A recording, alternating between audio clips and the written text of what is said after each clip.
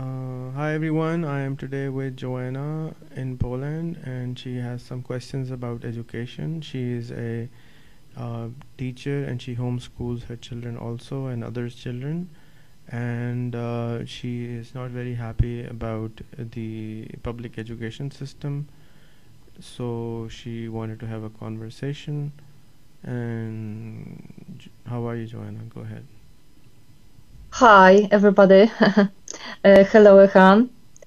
Yes, I have a few questions. I just wanted to see what are the differences, maybe, between Polish education and what you guys do in Pakistan or just people everywhere in the world. So, but my first question was, why are you so interested in all those educational projects around the world? Why are you interested, and what kind of knowledge you get from them? You know? Why am I I interested? see on Facebook there are lots of projects. You post lots of stuff about education, how to change it. So, why do you think it's interesting? Well, the goal I have made for myself 10 years ago is to create abundance in health, wealth, and happiness for everyone, which means, and I had before this, I had a goal that everybody in the world should make at least $300 a month. For countries like Pakistan, it is good money, but for your country, you can say minimum $1,000 a month so that people can have basic needs met. And that was something I made a goal for myself. So education is probably the only way to do it, because if I try to tell you something which you don't understand, you will hit me instead of trying to follow me. So the goal is to understand what other people think and try to do it so that people would actually want to do it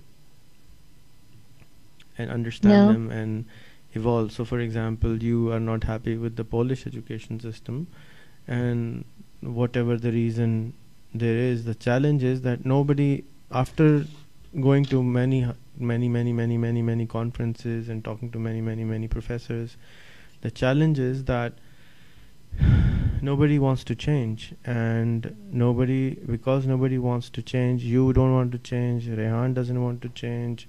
Anybody, when you offer change to people, you have an ego inside which it wants you not to change. And I just made another video about this, that why do people get angry. So for example, if I impose my value system on you, you will be very angry, and you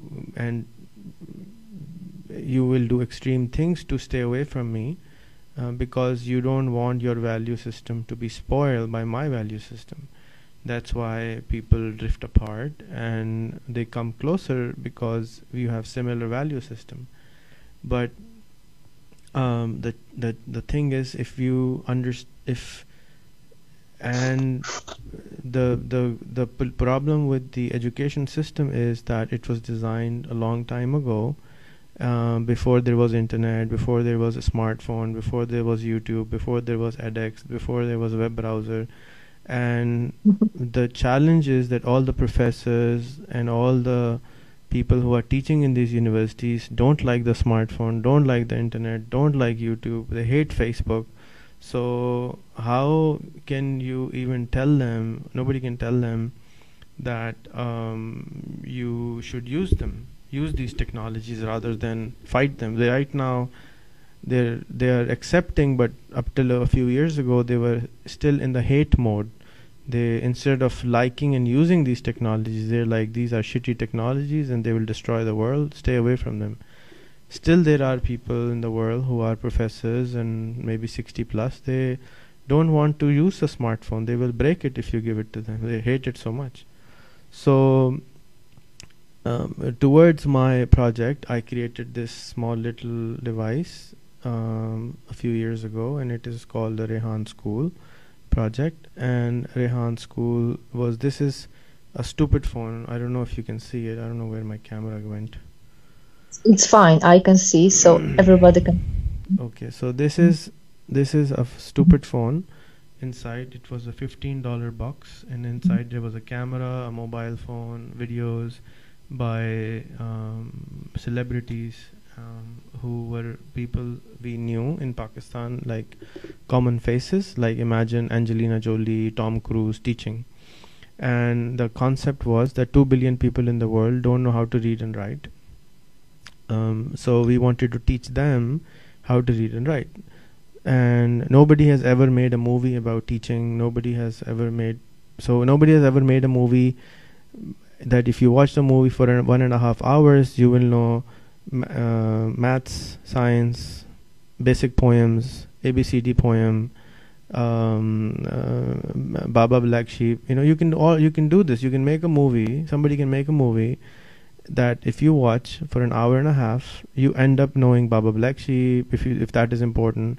Baba Black Sheep, Twinkle Twinkle Little Star, all those things we can embed inside the movie, like old time movies where people movies had songs. So for example, look, an Indian movie has 5 songs, so those 5 songs can be poems, so people can end up learning by watching movies. So we are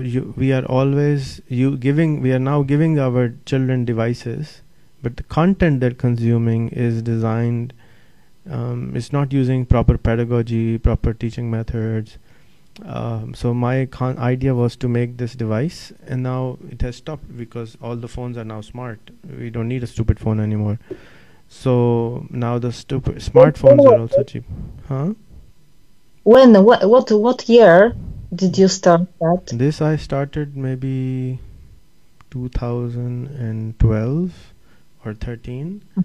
And this was very early time of smartphone, and there was no 4G, there was no high-speed internet. But now WhatsApp is there, high-speed internet is there everywhere, and 5G is coming. So now we have an app which basically talks to you, and you can talk, and it teaches you English and how to speak in certain ways.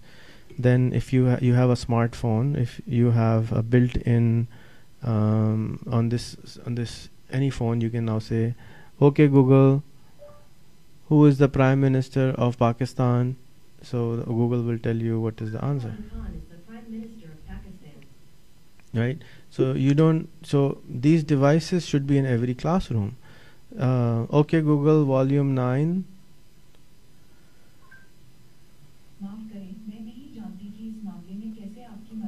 So it even speaks Hindi, it speaks Polish, it speaks Russian, it speaks French, it speaks every language. And so these devices are the next generation of teachers. So schools are still trying to teach, remember this, memorize this, remember this, memorize this, and it's stupid what they're doing with the children. It's not, you don't need to remember everything. And anything which you can Google, or you have a device with you, or I'm sure in 10 years we will have an implant which we can just think and we will know. It's not very far away. The last 2 years ago, Facebook demonstrated that you wear this thing on your head and you don't need to type anymore. You can think and it can type. And you can, in the data, in the science says that you can transmit 4 simultaneously movies at the same time using the brain waves coming out of your head.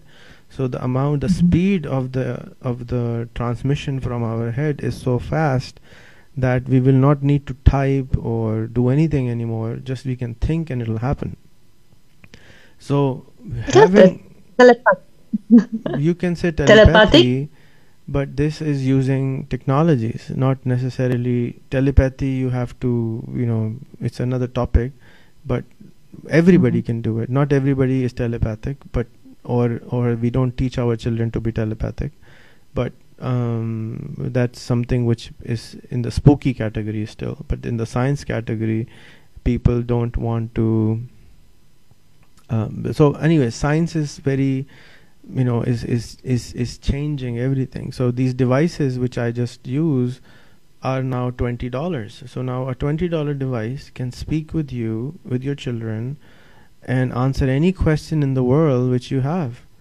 The smartest teacher on the planet cannot answer all my questions, but these stupid devices for $20 or $30 can answer any questions I have. So the thing which we were killing in our children, which is called curiosity, instead of killing it, we can harness it.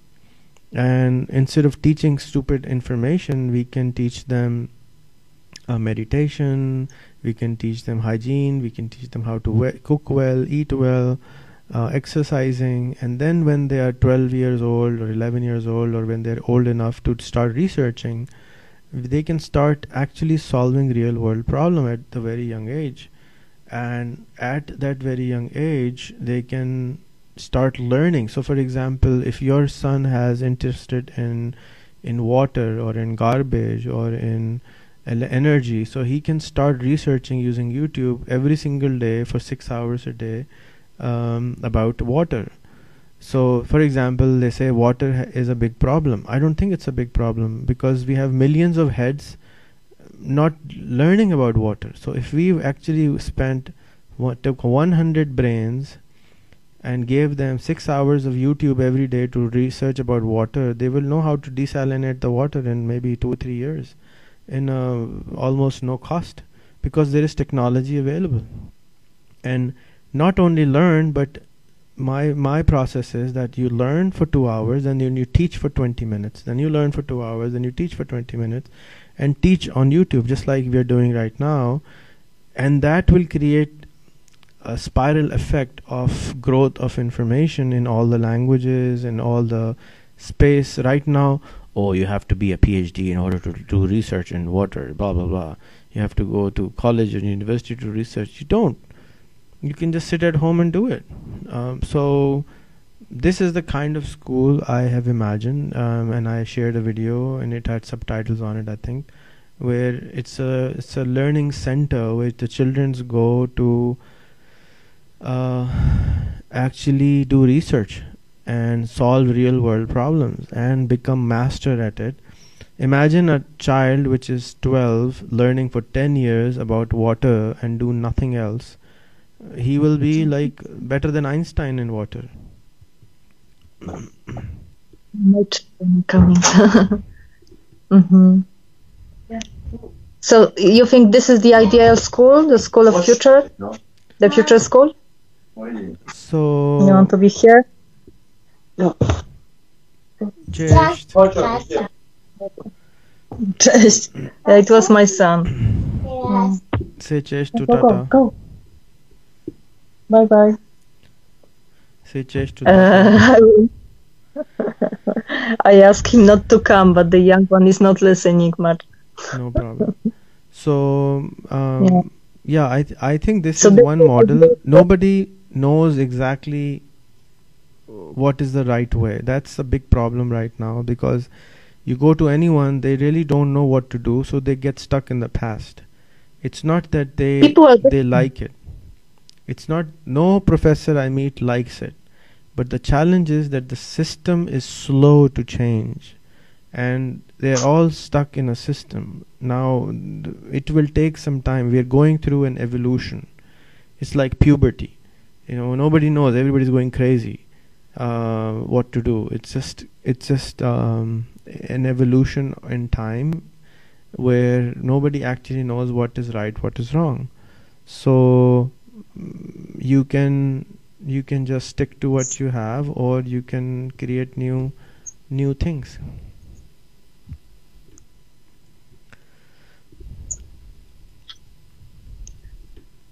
Would you give a computer to a 4-year-old? I don't know if he's not addicted. He doesn't have a phone. my children are all addicted.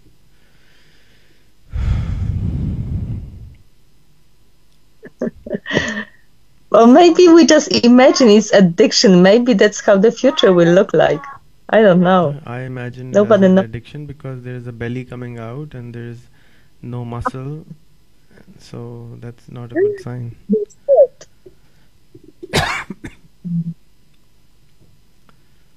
So that's a problem. Yeah. Mm. And is this school like this exist anywhere? Because I saw your movies, this project, the big project, but it was mainly for kind of. I think they wanted a high school and university. Now I don't see any project like that for primary school. So there is a school Like in what to do? Amsterdam, and it's called. There is a school in Amsterdam, and it's called the Steve Jobs School. You can Google it. Then there is another school in the Silicon Valley. It has also very few students. It's called the Khan Academy Labs. And then there are other schools all over the globe which are kind of like this, and they're all experimental. One of the schools my children go to is also kind of experimental. It started as an academy, but it has become now a school, and my children are very confused. Am I in an academy? Am I in a school? The teachers think it's a school. The principal thinks it's an academy.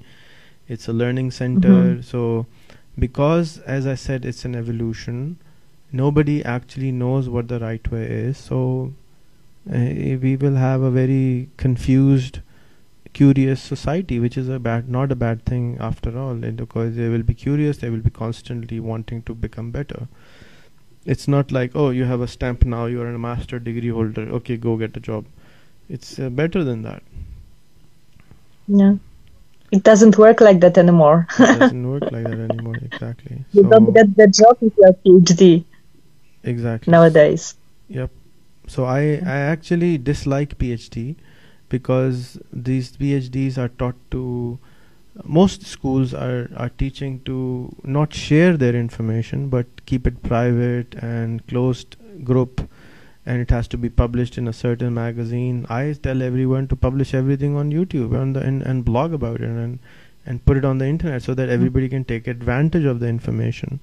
Whereas like a few months ago I met 1,200 PhDs who didn't have a job. And these 1,200 PhDs, what I was upset about them was that they have spent 22 years studying. They don't even know how to find money for themselves. They don't know how to solve a single problem in the technologically enabled world.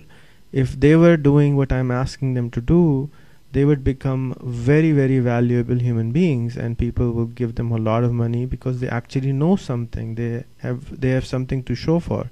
What they're saying is, you hire us and 3 years later we may show you something, which nobody will, the risk is very high. But if you for example start teaching what you already know, your value becomes higher and higher, because now people can see what you have to offer, and then they can pick you up and take advantage of you. But it's not going to happen overnight. It's an evolution. As I said, YouTube is the biggest depository of information now, not libraries. I met a boy yesterday who has seen over 1,000 programming videos on YouTube. He doesn't have high-speed internet, and he has downloaded. He goes to an area where there is internet, downloads them, watches them on the phone. He's 20 years old, making games. And yesterday he said, "Can I tell you my dream?" I said, "What is your dream?" He said, "I want to make a school where nobody has to remember anything and they solve problem." I said, "Okay, fine, no problem. 6 months from now, if you do what I'm asking you, I'll hire you and I'll make you open that school, no problem." But it's a mix. You can't. It's challenging, because you have to convince the parents, you have to convince the parents of the parents, you have to convince the husbands of the parents, and so many factors are there to convince, because we are all scared of the unknown. Nobody knows. Saad, Abdullah, both of don't have these. He is 19 and 17. Both of them don't have a school degree even. They have not graduated from school.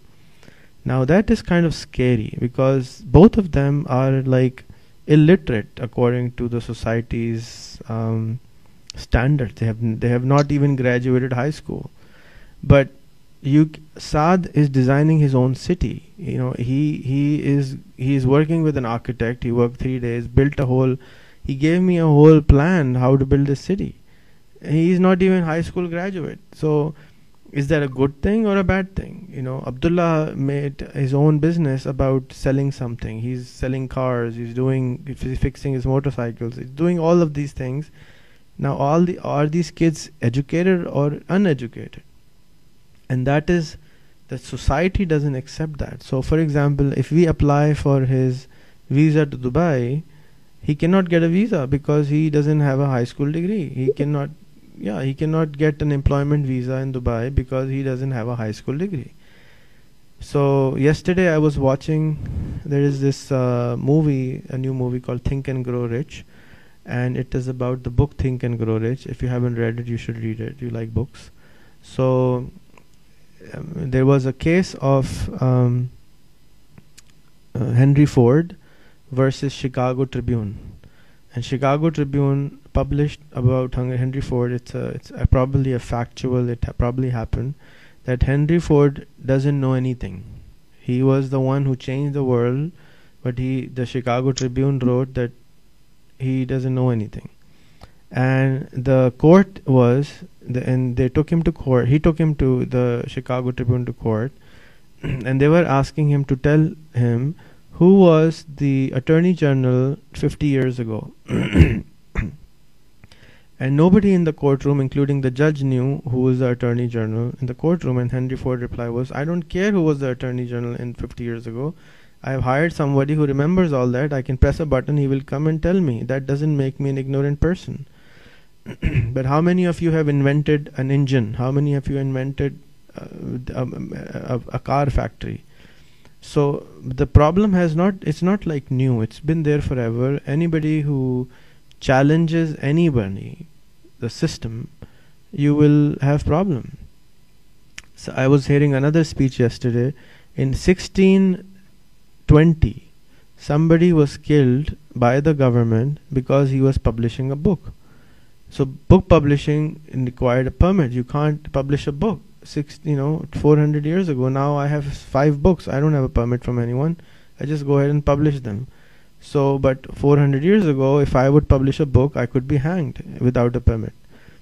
So the guy who invented the telescope was hanged by the church, saying that you are doing blasphemy. So it's always like this. The church. Excuse me? That's the religion. The church was ruling Europe. So mainly Renaissance Catholic. happened and things started to change. So what you and I are doing right now is kind of renaissance in education, and we are discussing something which is on everybody's head, but they don't know who to go to. A lot of people have started homeschooling because they're scared, but really they don't know what to do, but system has been like this. What happened to Edison? Edison was told he is not fit to study in a school. Doesn't have a good brain. And Edison invented the most things in the world. So and he was homeschooled. So again, many people who were super genius couldn't fit in the system because the system is required to create stupid people. It's required to create obedient citizens, not smart thinkers. So if you want your children to be great in the system, have an MBA, have a Toyota Corolla, have a decent middle class life, send them to school. If you want them to be super genius, billionaires, let them go and work something.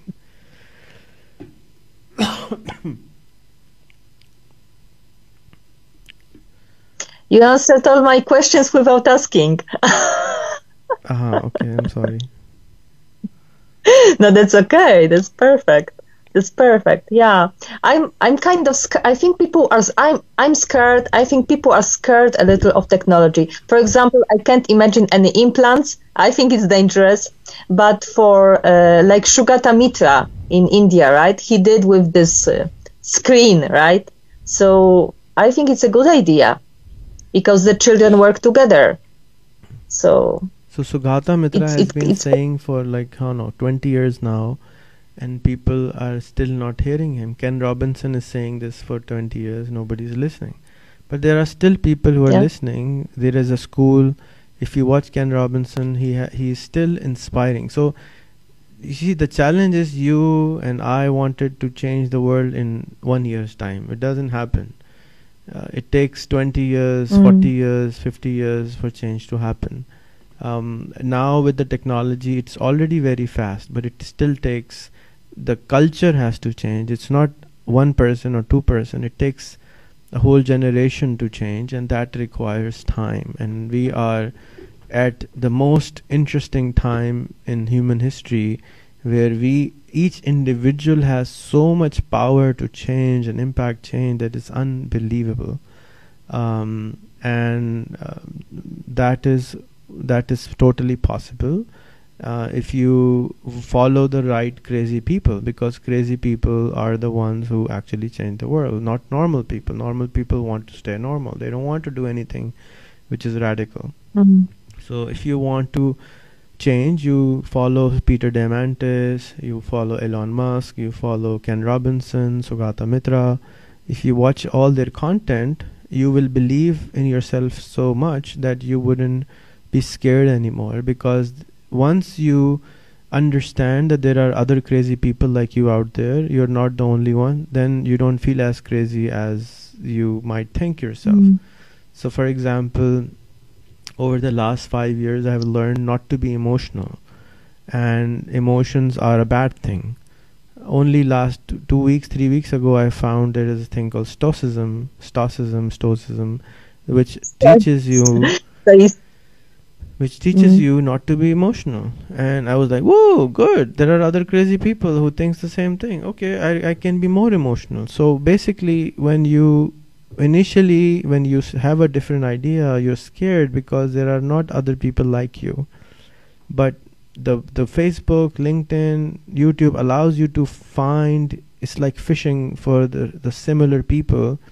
And all the similar people do is give you reassurance that you're not as crazy as you might think yourself, or others might think you as you are, but because you are different. And when you're different, most people will not understand you. But once you find similar-minded people, you do even more. You go even more crazy, because now you can trust yourself that it's the right path. And being crazy is not as crazy as we think it is.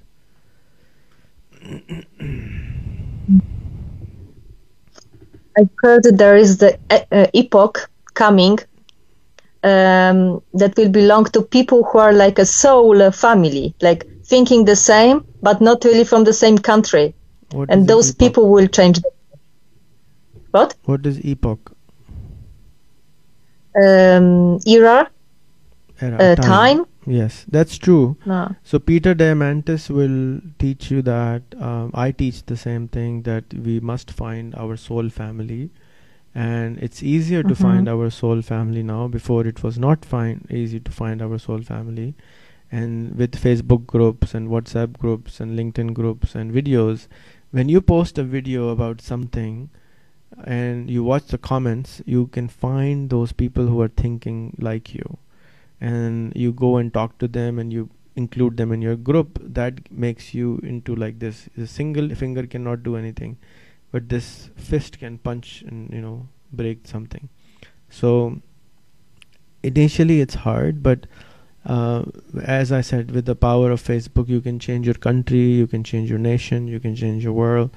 All you need is 4 people who are crazy enough, and you can impact 1 billion people. It's just a lot of work, and it's just a process. It's a new process, which is evolving process.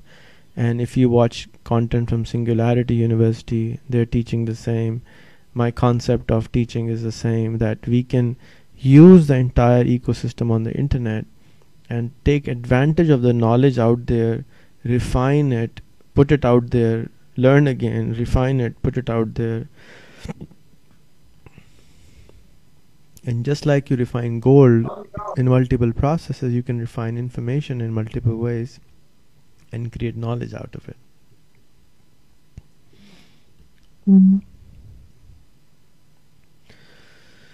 Any Yeah, questions? I was also, yeah, do you know Krishnamurti?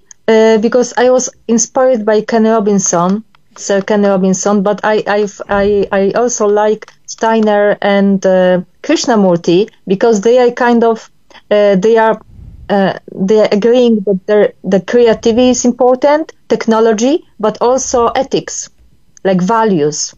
You know, like that you have to develop your mind and your values. You have to be moral, responsible for the world, all this.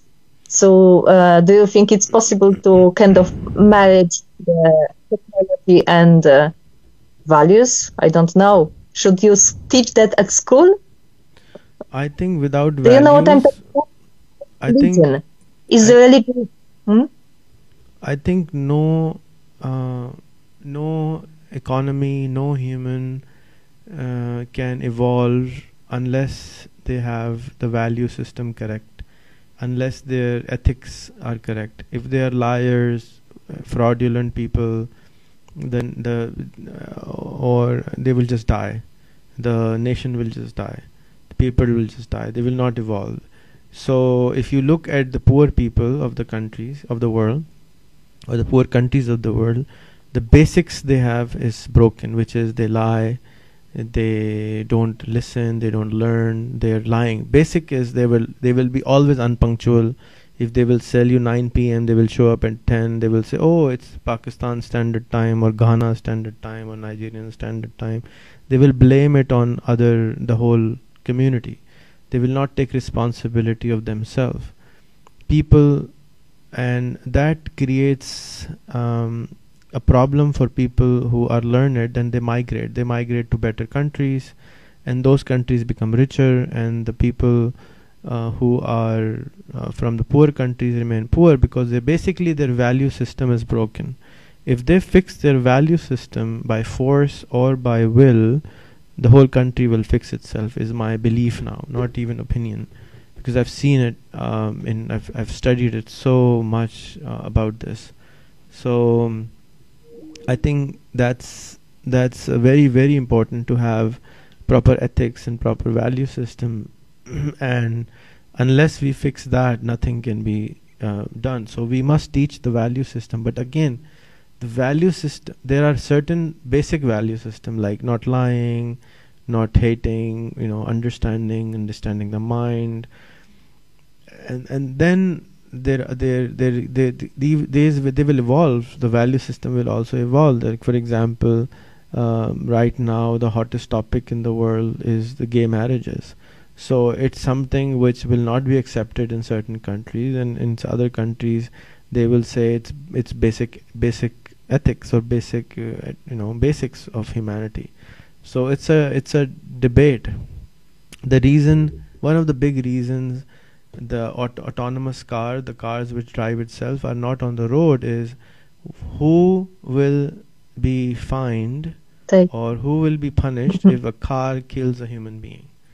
Because a car is driving itself. Will the programmer be punished? Will the company be punished? Which will the tire company be punished? Who will be punished?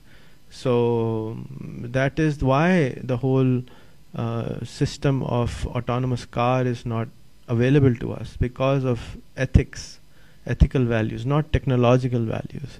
They're not allowing the car to come on road because who's to blame, as you can say, because everybody wants to blame somebody. Oh, it's his mistake. Oh, you have to punish this person. It's always many people's mistake. It's not one person's or one organization's mistake. But somebody takes a blame, and you hang them, and you're like, ooh, we hanged a person. We're so happy. Solve the problem. Right. Yeah, but that's the problem, because there are so many religions and everybody has his own idea. True. I was just thinking this is a big problem. Yeah.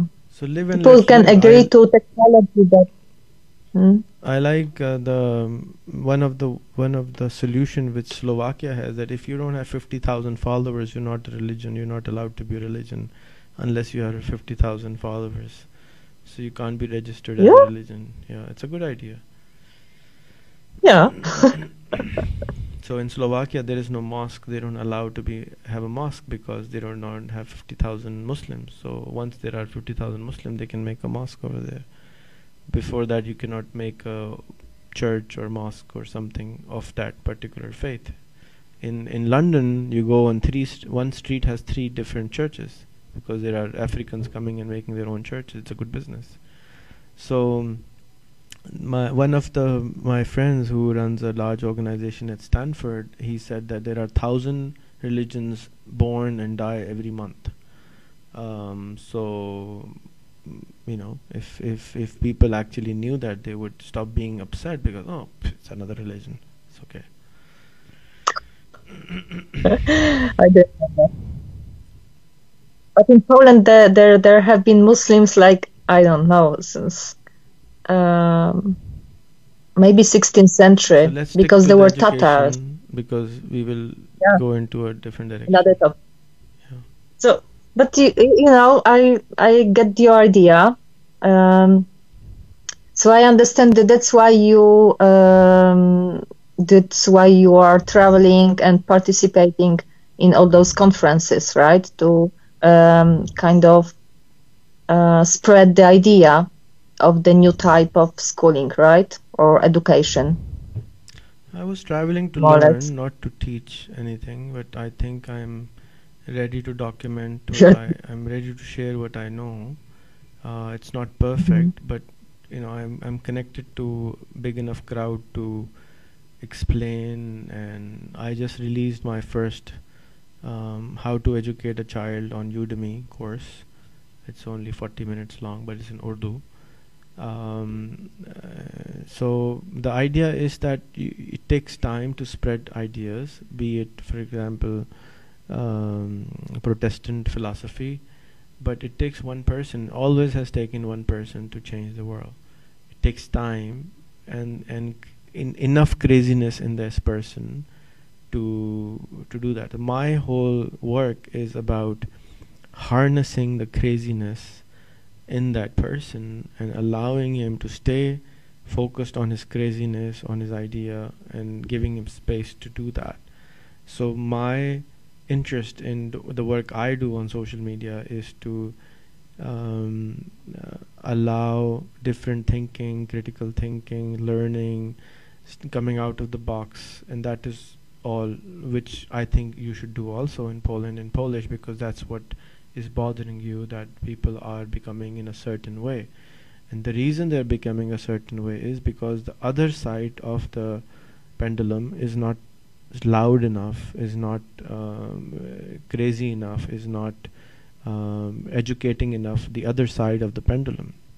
So the reason the world became democrat or communist after the fall of the empires, you know, everybody had kings before, and now the kingdoms fall down. Now what to do? So they chose democracy or the communism, most of the world. So wherever there was more believers of communism, or the boss was more, or the stronger person was communist, that area became communism based. So you as a Polish person can go out and propagate what you know in your language and teach others what you have learned over the years. A person who is 20 years old, 17 years old, 18 years old will not listen to you overnight, but they will still listen to you a little bit, just like your own children will not listen to you all the time. He keeps coming in the room, but he will still listen to you to a certain extent. And that's all we can do right now. We cannot force. You can either become a Tatari and start chopping off people's head if they don't listen to you, or use the fear, for example, or you can start teaching like Jesus or Muhammad or, you know, everybody else who was a teacher, to show them the light which you see. That's all.